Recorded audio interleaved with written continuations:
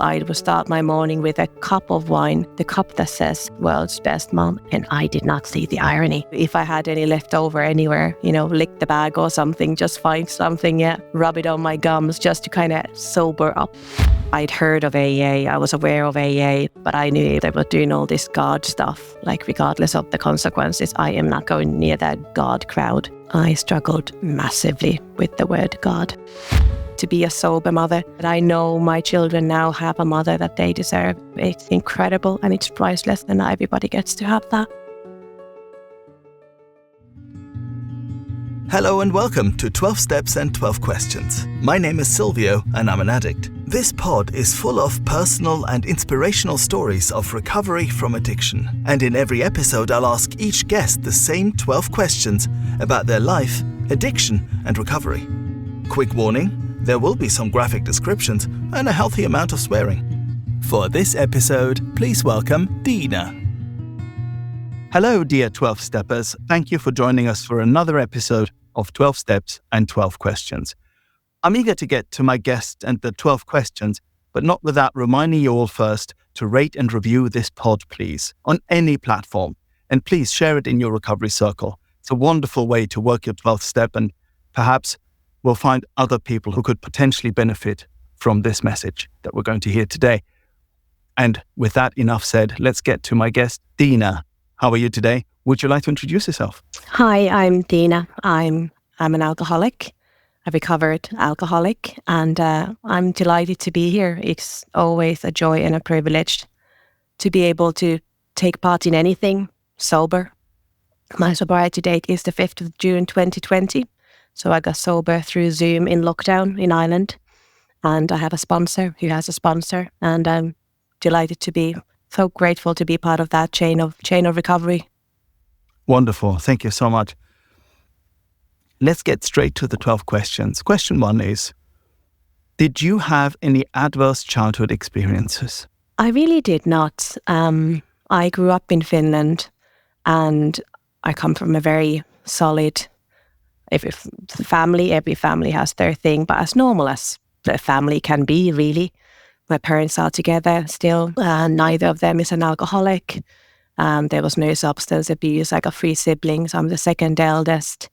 I had a very healthy childhood, teenage years, and Finland constantly rates as one of the happiest country in the world, and I can see why now.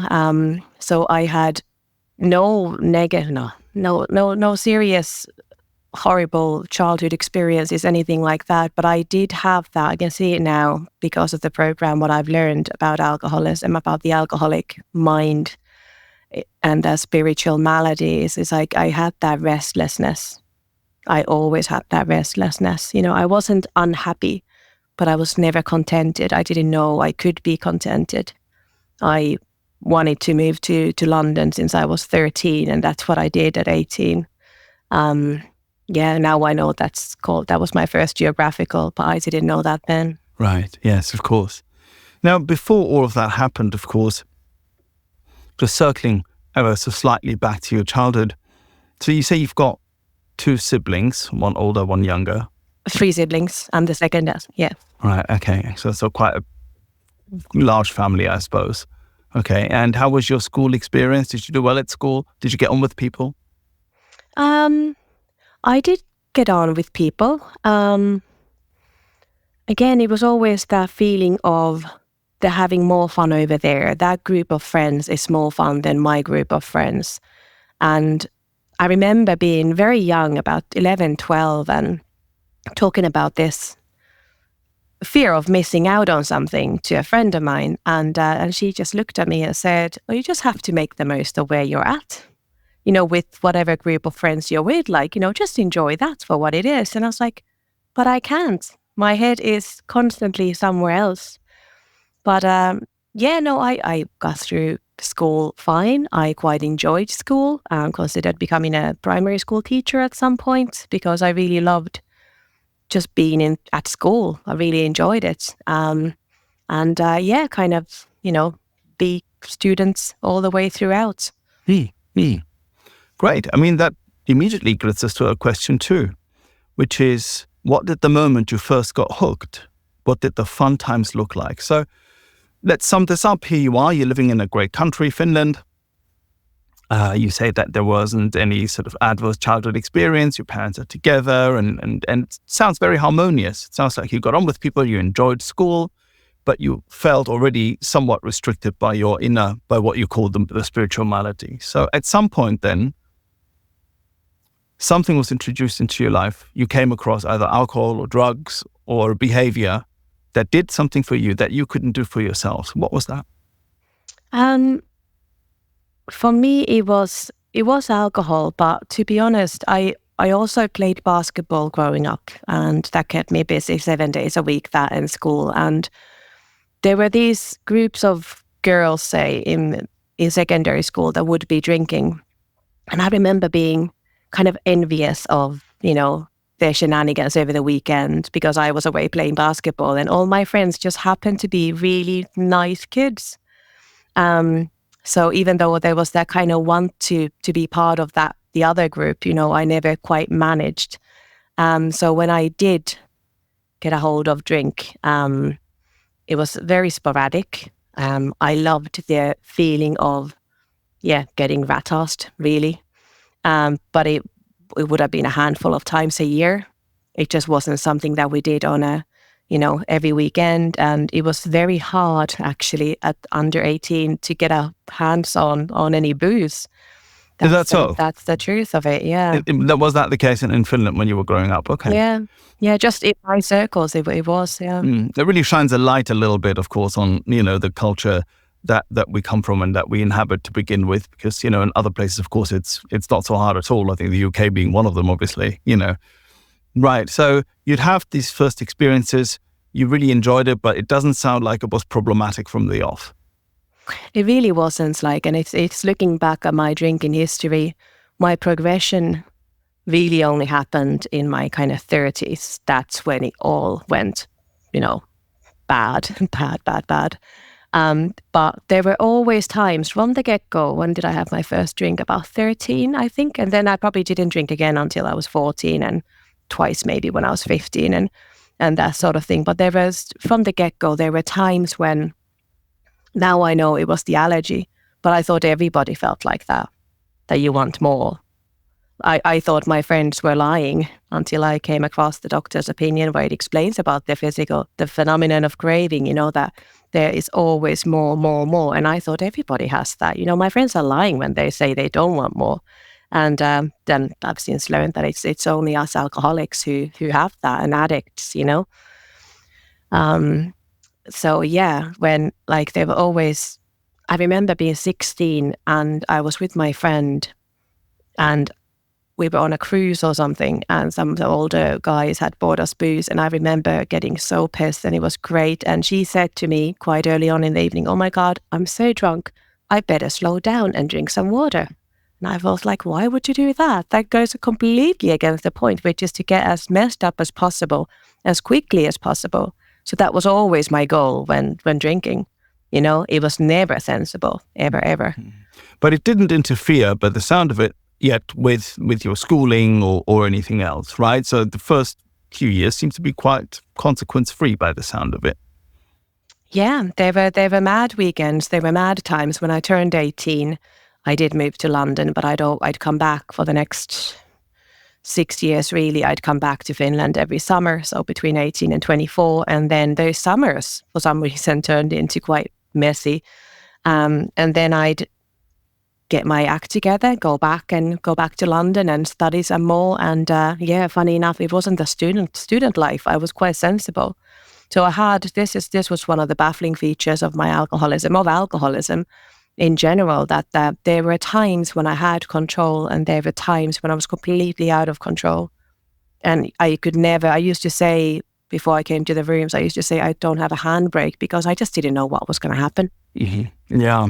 And this sounds obviously very familiar to me. I went through periods, long periods sometimes, where I was able to be in control, be quite sensible, focus on other things and so on. And of course, the great question with these other things is can you stay stopped, or can you moderate over any sort of length of time, right? And so you found that while you were able to pull yourself together for some time and it was okay, eventually you would go back to the messy place.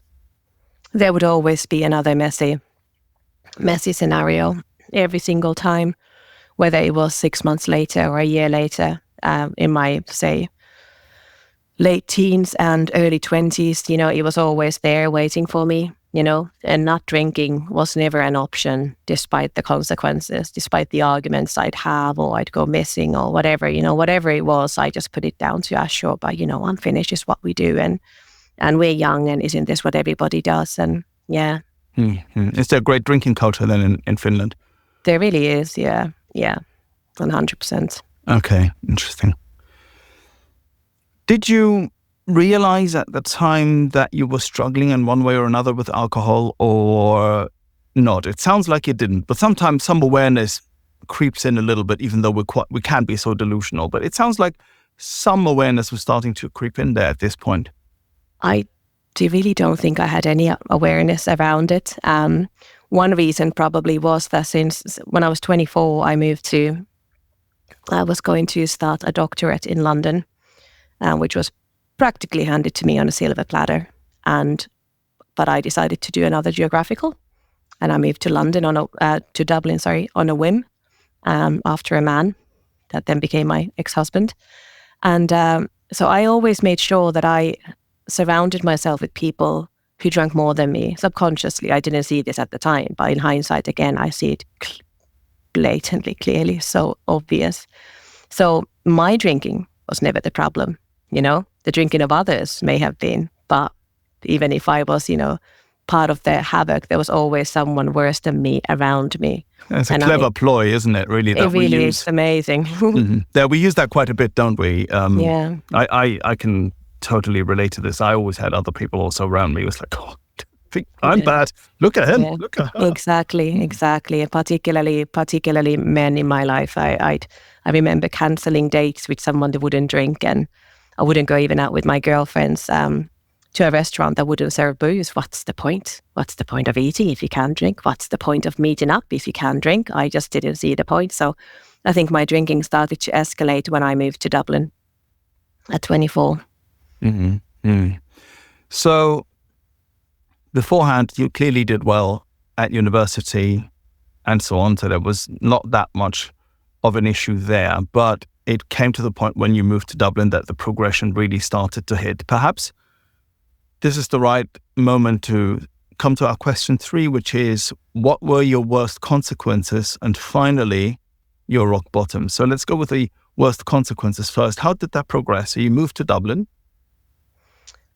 The worst consequences, there were fights with my then boyfriend, who I then married 4 years later, and we had two kids, and then 4 years after that we separated. But there were fights, there were messy nights, and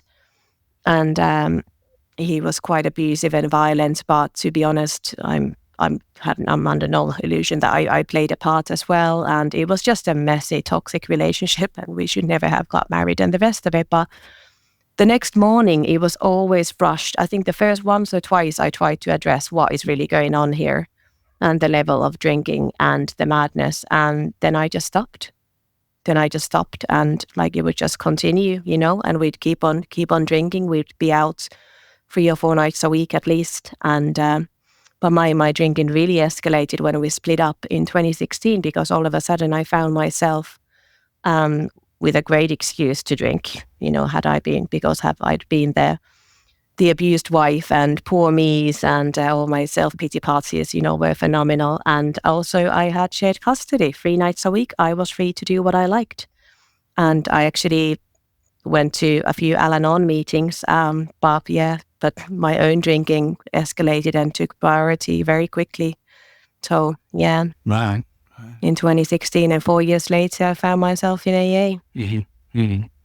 Now, when you say that, things got messy and so on, and then you ended up being by yourself, what did your drinking around that time, what did that look like? I was going on a lot of dates. I was going on a lot of dates. One week, and I have 2 young children and a full-time job, and I still managed to go on like 5 dates. And that was my excuse to drink. Again, at the time, I can see now it was just a complete and utter inability to stay still and be in my own space and process what had actually happened.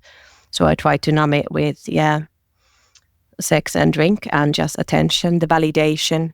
Through the program, I found out that one of my biggest character defects is I'm a huge self-seeker. I need constant validation from people, preferably from men. Doesn't matter if they're, married or with someone else or gay. Doesn't matter. I'm in there trying to get validation out of them. So that's what I did. It was all revolving around drink. You asked there earlier what was my rock bottom. Then when I split in 2016, within a year, I found myself in another relationship with, of course, someone who drank more than me at least. As much as me at least, sorry. And a fellow alcoholic, as it turns out. And we fueled each other.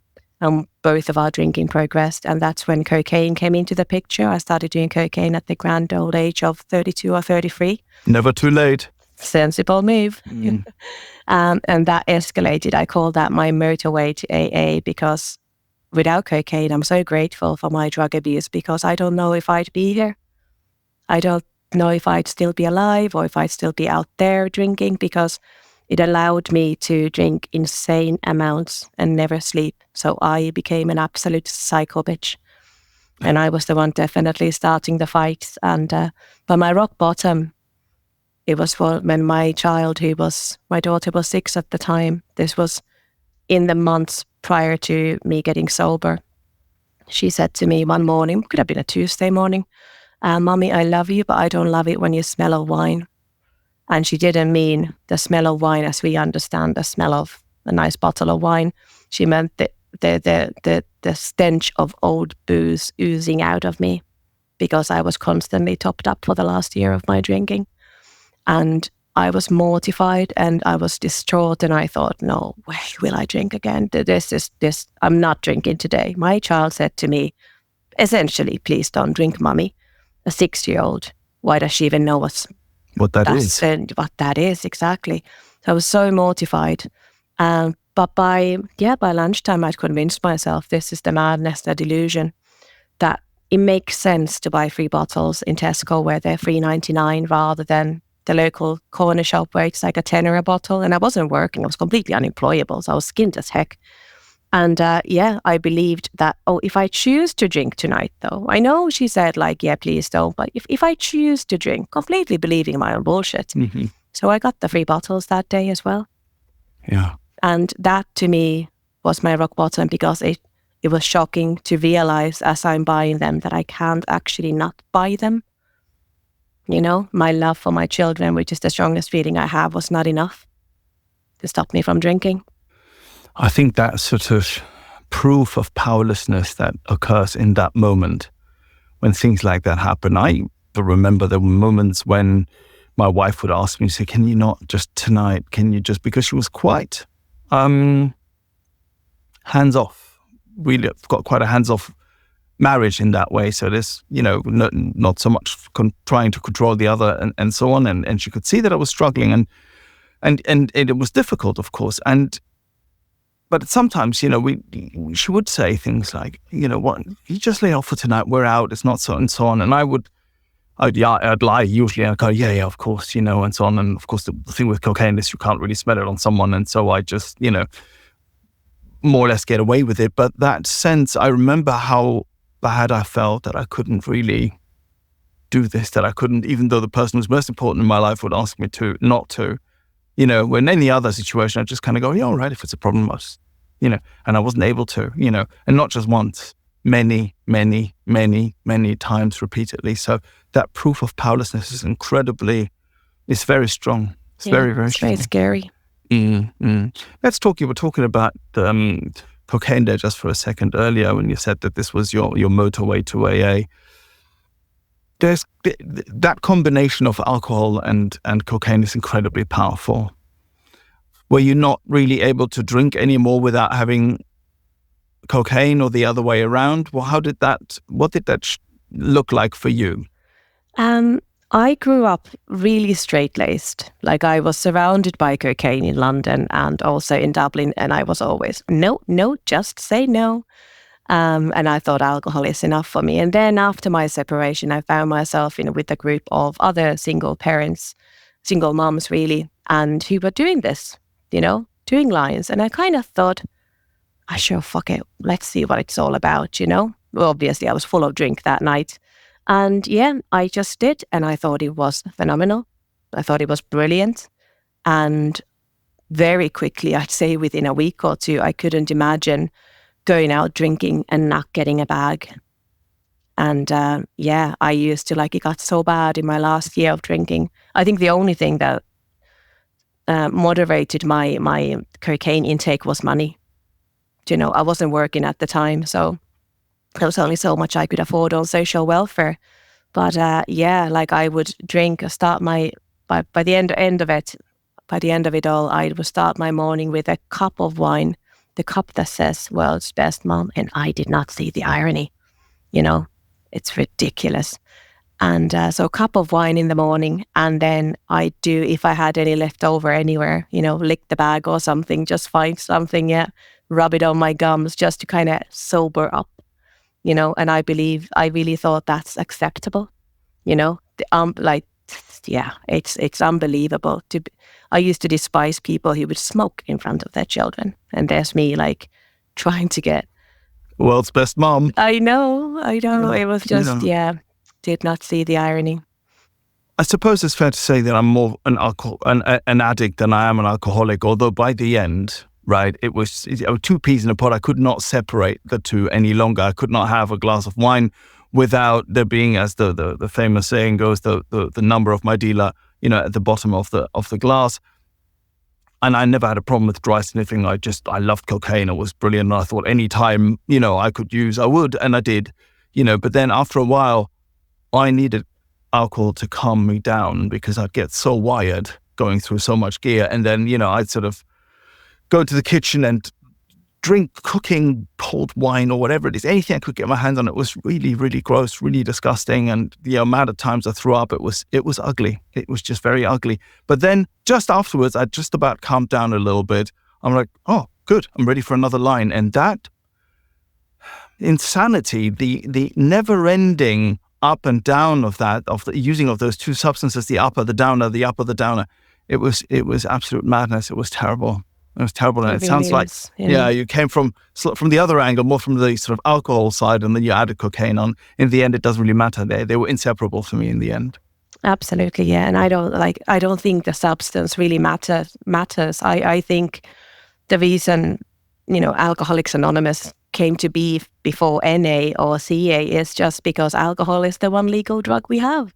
Yeah, no, sure. Had the human history developed, otherwise, say we were all smoking weed from age 13 and alcohol would be banned, it would have been the other way around. I really don't think the substance matters. A spiritual malady, it's a spiritual malady and it's just there. Yeah. Let's get to our question 4, which is, at your worst, did you ever want to die? Did you consider suicide? Oh, I definitely had moments when I wanted to die. I remember one, this must have been, I'm going to guess a year before I got sober. It was a night of madness. I drank cocaine from 10 in the morning, going to Dublin with some friends, which was rare because I don't live in Dublin. I live about 50 kilometers away. But anyway, it was someone's birthday, so we were going to make a night out of it. And it was just one of those mad nights. And I ended up wanting to jump into the River Liffey. And I don't know if I would have done. I was completely high as a kite and full of madness and anger and fighting with my then boyfriend, who was the one who stopped me from jumping. So there was stupid, not even attempts, just the kind of madness. And there were times, those mornings, when I thought I'd rather just not wake up. The existence of that, you were just mentioned there, the up and down, and it's so horrible, it's so painful. It's so painful, and to be so full of anger, full of resentment and self-pity and so goddamn lonely. I didn't want to live, but I never had a suicide attempt as such, I think I would have like written kind of notes in, so cringy now, in say 5 a.m. on a massive coming down kind of drunk when I'm out of all booze and out of drugs and like, just massive self-pity party and, kind of drafting my suicide letter if I was to die. Oh, that kind of dramatic shite, but never actually had an attempt, no. It's those moments that you described there of when you run out of everything and the come down is upon you. Not one day goes by, where that doesn't really end up on my gratitude list, that I don't have to go to that place anymore, where that turnaround from everything used to be so brilliant and the people are so amazing that you're hanging out with, and then all of a sudden you realize it's all fake. It's all bullshit. The connection you think you have to someone is made up, doesn't exist. And what seemed to be so it's like such an inverse relationship. What seemed to be so good beforehand is all of a sudden so incredibly painful. It's beyond words at times. Yeah. Question 5. What other methods did you try to get sober before finding the rooms? Oh, I tried everything listed in the big book. I tried organic wines. I tried not drinking before going to the pub. I thought, like, if I only say I get to the pub around, 9:30, 10, and that's when I start drinking, surely that will limit the number of drinks I can have in one night. I tried going to pubs that will close at 11, and then I decided to go home after. I would not go to the one nightclub in town. Always did. I tried a glass of wine and a pint of water, to drink enough water that would keep me sober, eating a big meal before going out. And I tried to control my drinking. I never tried stopping. Stopping was not an option, but I tried controlling my drinking so hard. I tried every single imaginable method and nothing worked. Or if the night wasn't carnage, if by some miracle I did one time come home by 12 or something, I thought, okay, I'm going to repeat everything I did that night. Going to stick with the same bar, stick with the same company, same brand of drink, and I'm guaranteed a good night. And obviously that doesn't work. I know now that's never going to work. So, but I tried, my God, I tried the effort and time I put into planning my drinking. Wow. How long did that go on for, do you reckon? Just sort of an idea. I drank so heavily in the last 2 years, at least of my last 2 years of drinking. It's actually hard to put a timeline on things. So I'm going to say at least 2 years. Yeah. Are you a good white knuckler? Were you able to sort of, the moments when you said, so what I mean by that is that I would go, I'd have these plans. I'd make plans like this. Okay, I'm only going to use, I don't know, let's say I give myself, okay, I'll have my first line at midday. Okay. And then I'll make a plan, one at say 12, one at 2:30, one at 5 and so on. Right. Now, let's say I do that. I did that. I did my first line at 12. By, 12:07, I wanted another line. And I would sit there and literally white knuckle it most of the time. So I think, and just wait till 2:30, suffer, hating everything, hating the world, hating myself, everything. It was awful, right? But I had to persist and wait till 2:30. Didn't always work, but it worked sometimes. And whenever it did, I dined out on that and kind of go, see, I can control this, right? So were you a good white knuckler that you could just set a plan and kind of stick to it, or not so much? I understood completely what you meant as soon as you said a good white knuckler. I don't think I've actually heard that term before, but I completely understand it. And my God, I was not. No, I was absolute shite. I made all these plans, and like I think the one that kind of did not work, but I could, maintain the longest would be a glass of wine and a pint of water, a glass of wine and a pint of water. I could do that, say, until, well, good few hours, but there's only so much water you can drink. Pint at a time, because that pint of water was in my way of my next glass of wine. So like, obviously I had to down that, and then you just feel like full, So yeah, that kind of went out the window after a couple of hours. It sounds so unpleasant. It really was. But it's that proving to myself that, look, I can control this because I decided to do this and I'm doing it. I'm in control. That kind of bullshit that goes on in an alcoholic's head is like, yeah, okay, Tiina. Yeah. The the phrase that comes to mind, of course, is that to the alcoholic, his life seems the only normal one, and by God, we have tried, and it says so in the book as well. I mean, they give that wonderful list, don't they? Bill writes it in such a brilliant way in that moment. When my sponsor started taking me through the steps, and we came to that list of all the methods we've tried, I remember thinking they've written a book about me. Oh, my sweet Jesus, they have written a book about me. In my selfishness, I didn't think, oh, there must be millions like me. I thought, no, they've written a book about Tiina. Isn't that interesting? This is really interesting, because isn't it interesting that we never think of it in those terms? Oh, there's many of us like this. We always think about our experience being so singular, so special. I think as alcoholics, we suffer greatly from exceptionalism. We're different. I'm absolutely. different. The whole world, might work for all of you, but definitely not for me. So exceptionalism. Yeah. Thank you for that, Tiina. When you did come into the rooms, question 6, did you struggle with the word God? If you're enjoying this podcast and would like other addicts and alcoholics to hear it, then please make the pesky AIs and algorithms work their 12th step. Hit like and subscribe. I struggled massively with the word God. That was something that I because I used to go to Al-Anon years prior, and I'd heard of AA, I was aware of AA, but I knew they were doing all this God stuff. I thought, well, I'm never going to go there. Like, regardless of the consequences, I am not, going near that God crowd. And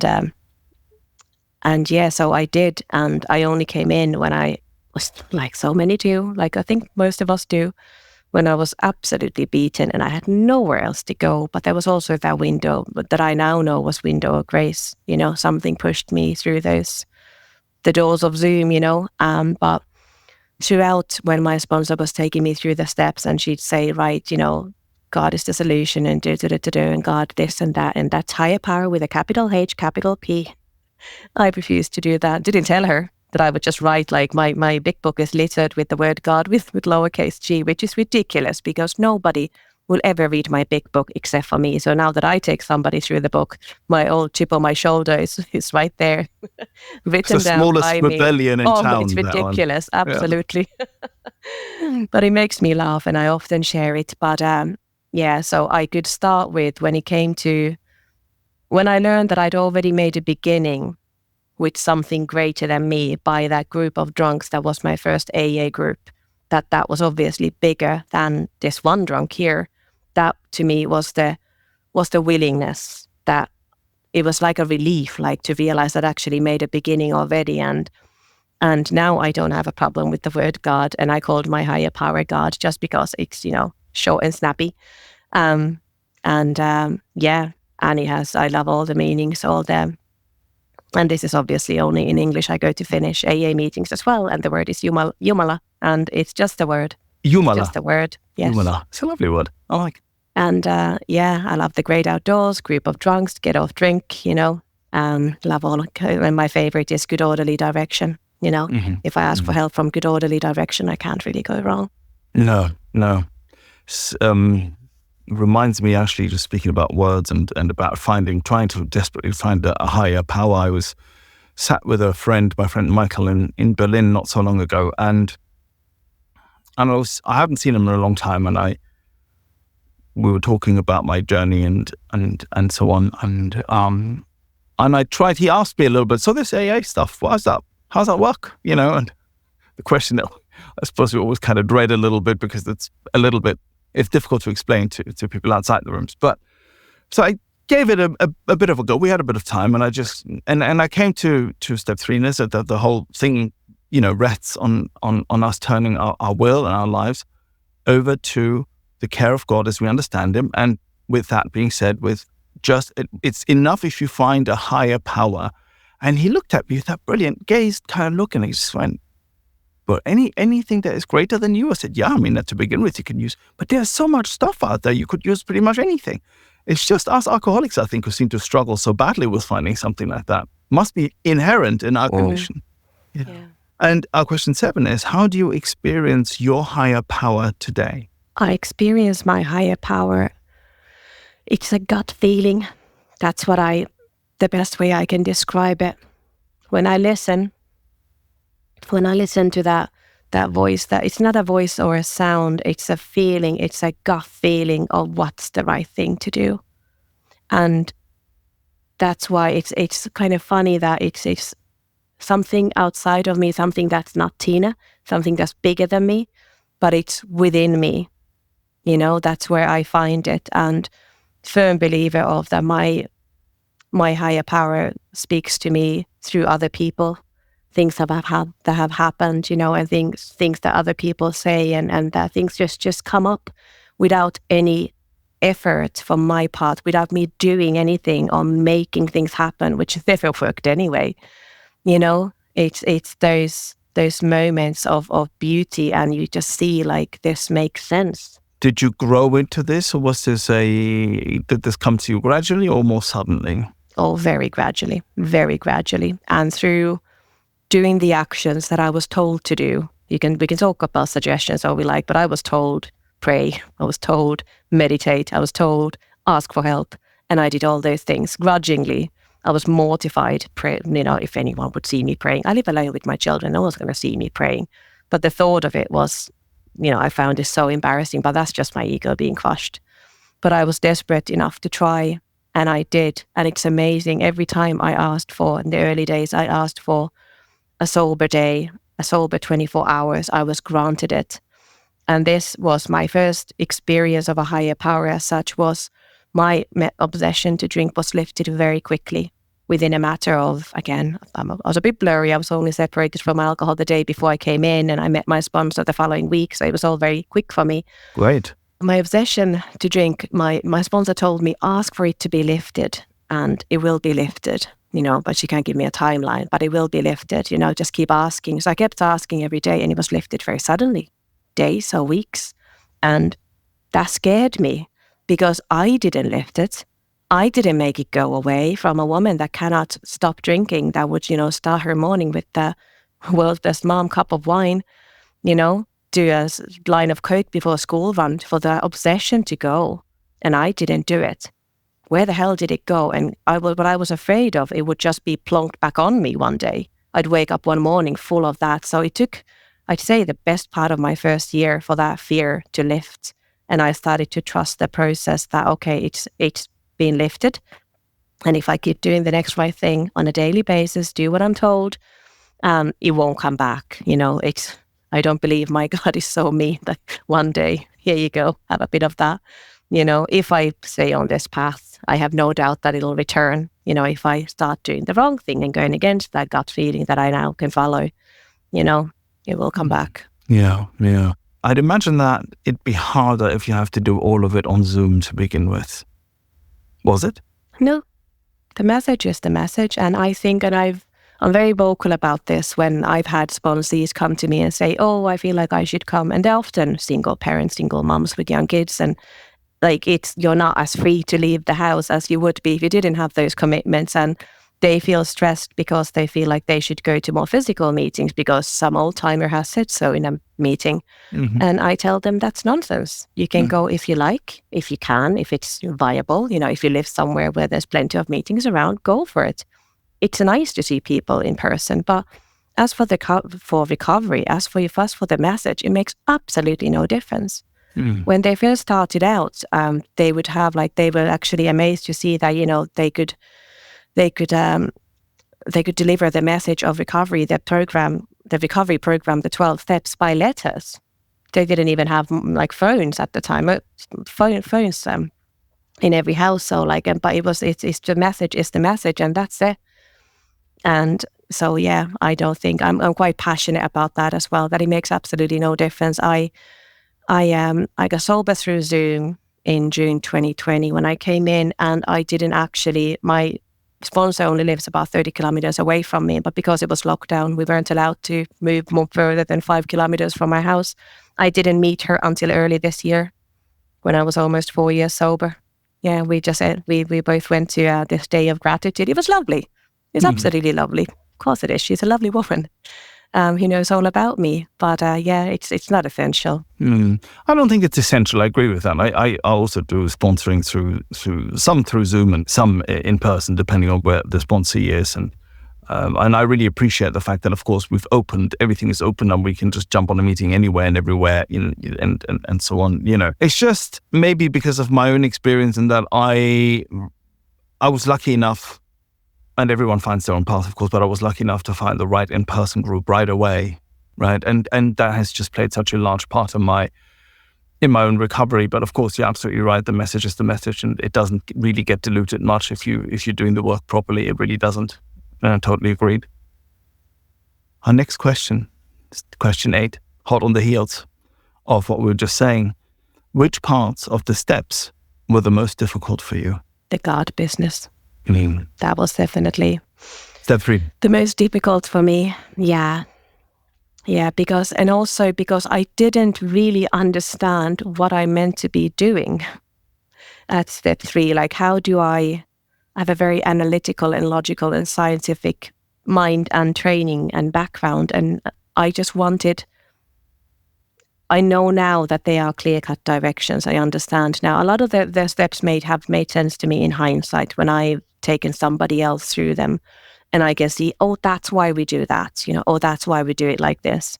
But when I was going through them, I felt like everything made sense in that 1 hour per week that I was spending with my sponsor on Zoom. But the rest of the hours, I felt like I don't really know what I'm doing here. Where's this God business and how am I supposed to make that connection? And I was so much running on self-will while trying not to run on self-will. It's really tricky. It took so much practice. Still does, but it's not as much.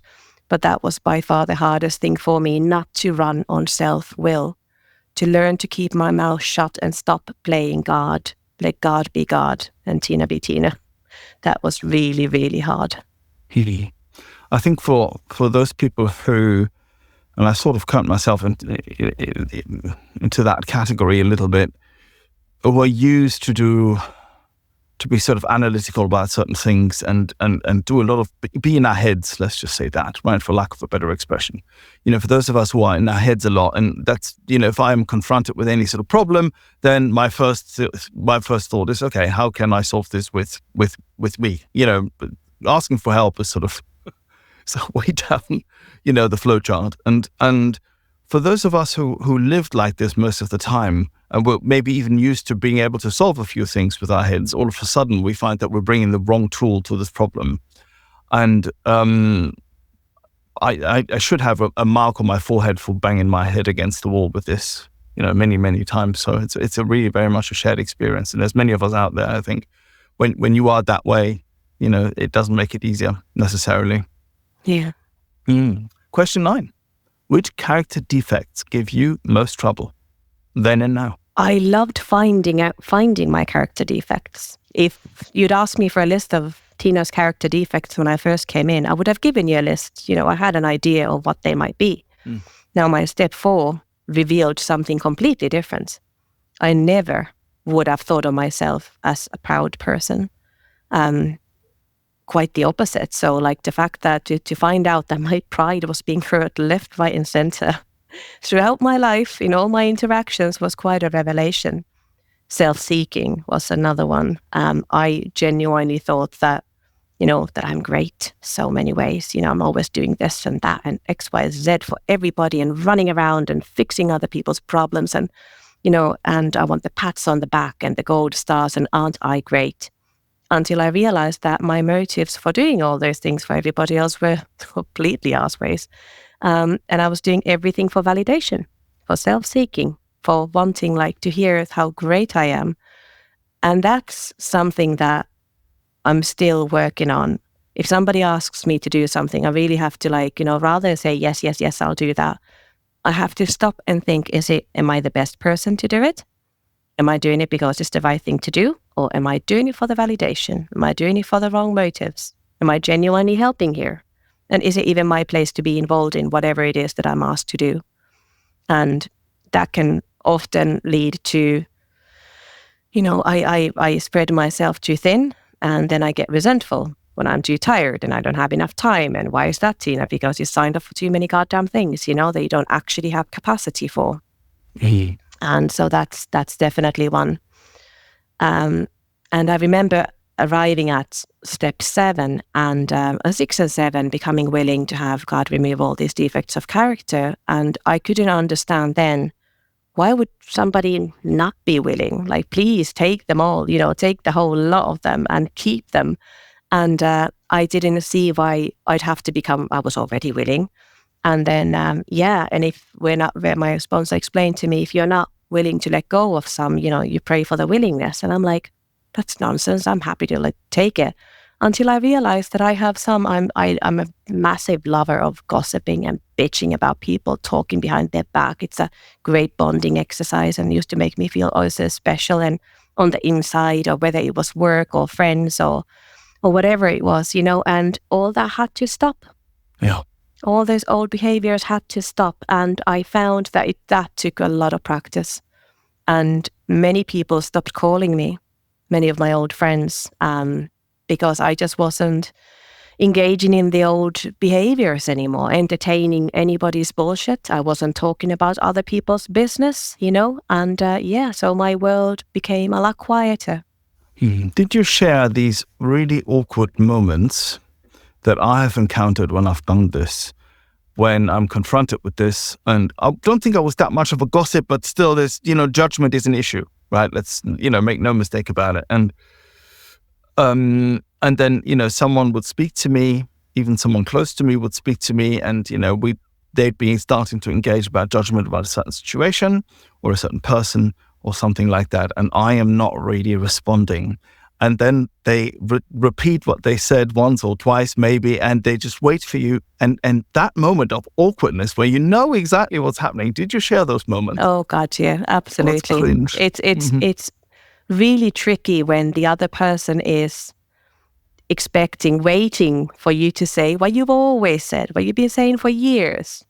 And you can't say it anymore. You can't engage. You have to just keep your mouth shut and just let the silence stretch. Yeah. We just awkwardly change the subject. The weather. Yeah, exactly. That happens so many times, and then people just kind of stopped calling. Yeah. It is true that when you live this path, and if you're serious about it, that things will change around you, and it's a good thing that they do.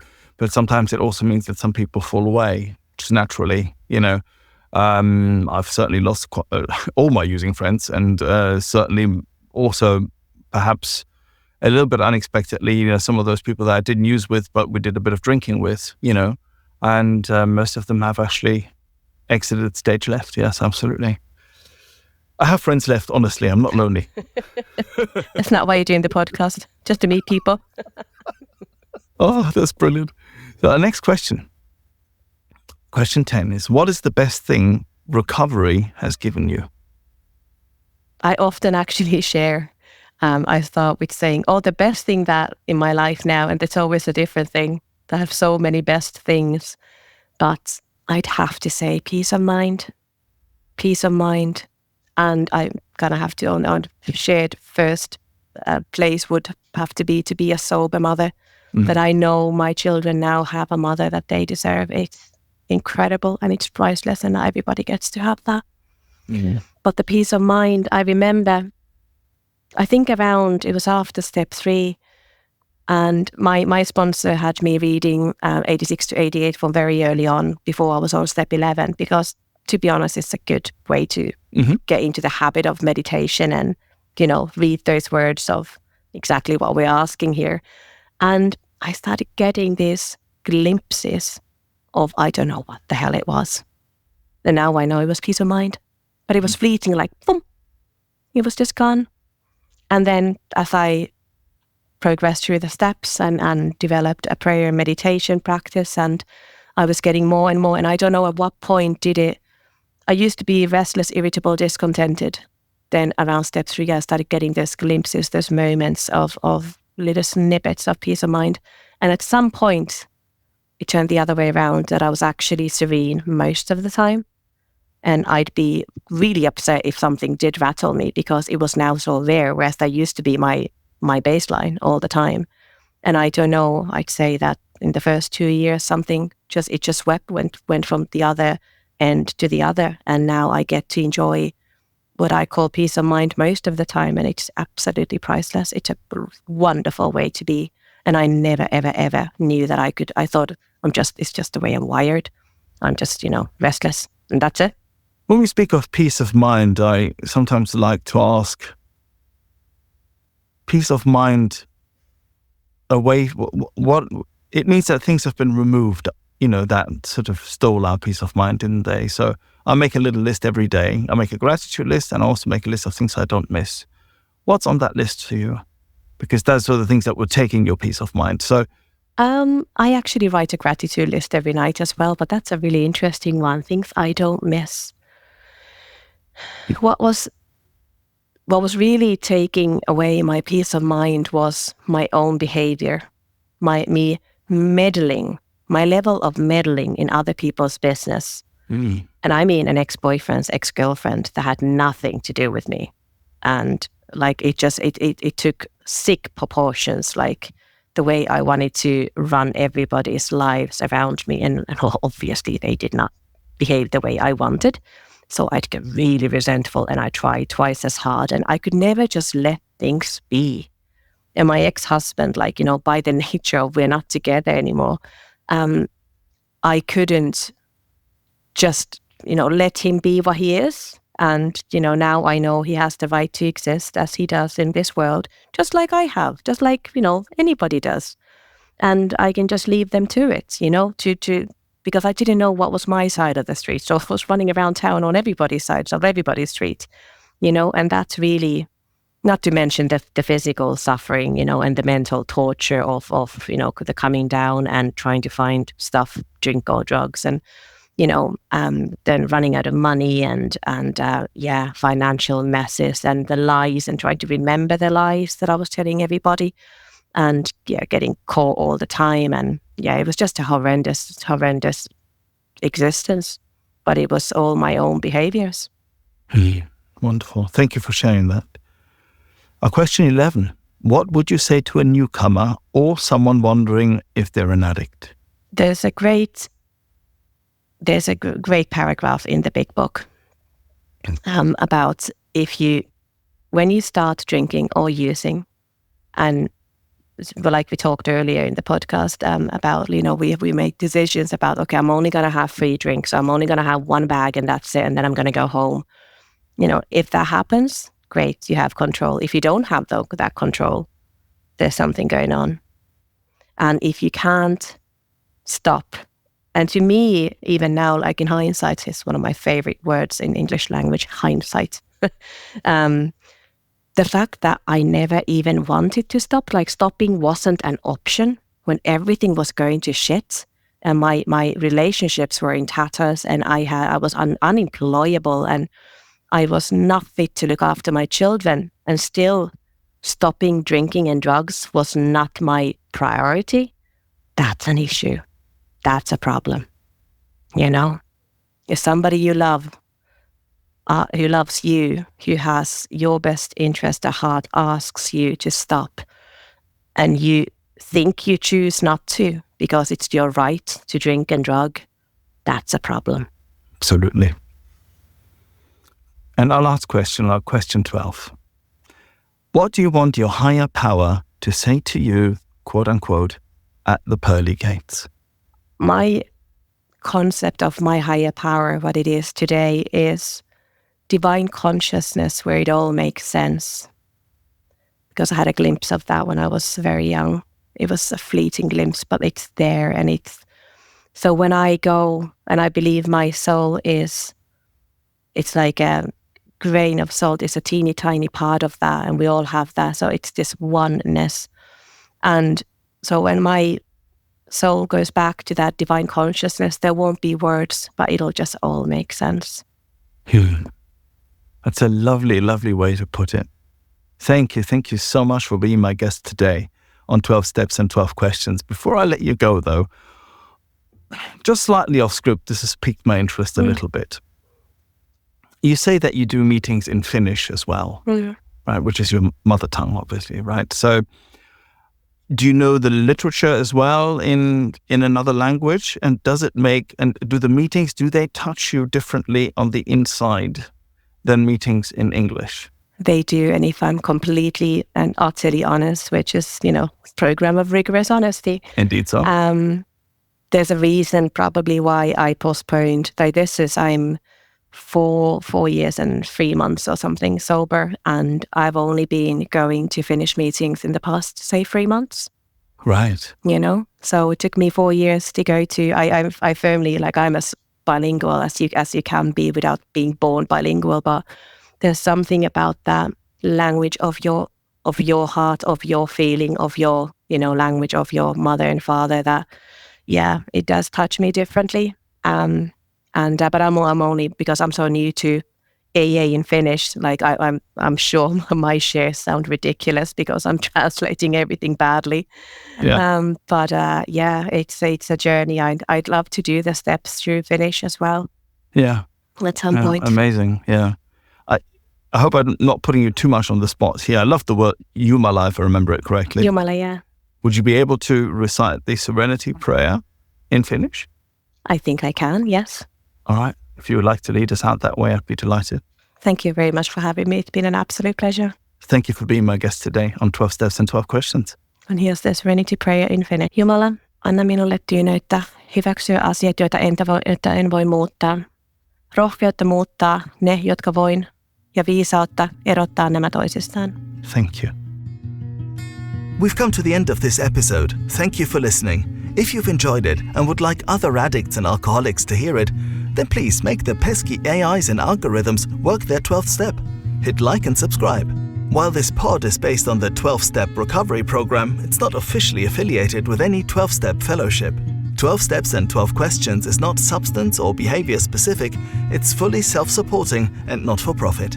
And this next bit, it's not allied with any sect, denomination, politics, organization or institution. It does not wish to engage in any controversy, and it neither endorses nor opposes any causes.